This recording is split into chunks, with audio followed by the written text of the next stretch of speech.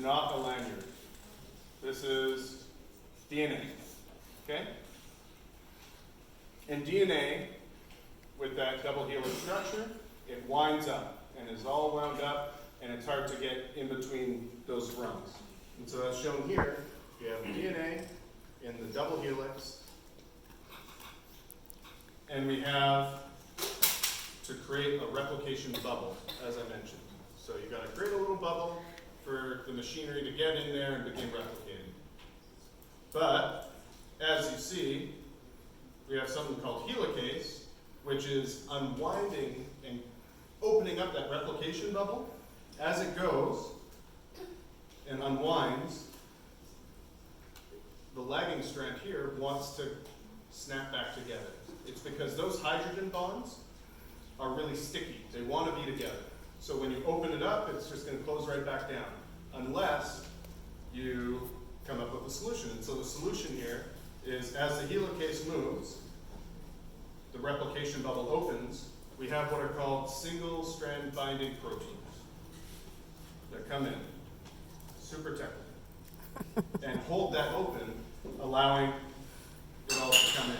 But as you keep moving, this has shifted a little bit, as you keep moving along the strand, maybe I'll move that for a better demo.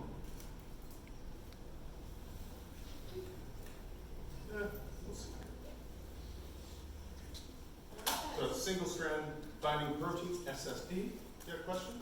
Yeah. What is the circle thing representing the plastic piece that you're This? And this is helicase, sorry. Helicase is unwinding the double helix. That's an enzyme, right? And that's an enzyme. But as you continue to unwind, as you continue to unwind, if you look on this end, this is getting really, really tight. And it gets into what's called supercoiled conformation. So it's really tight in there, and that helicase is having difficulties continuing to move along. And that's where another enzyme, the topoisomerase, this big, ugly thing, comes in. And you need it to be big and ugly and strong, because those hydrogen bonds are really sticky, but they're quite weak. And so that helicase can cruise through no problem, breaking those hydrogen bonds. The SSPs hold those hydrogen bonds apart. And then topoisomerase has to come in and deal with that supercoiling and break that backbone, the covalent bonds between the phosphodiester linkages. Okay? So it comes in and cuts here. It'll cut, unbind,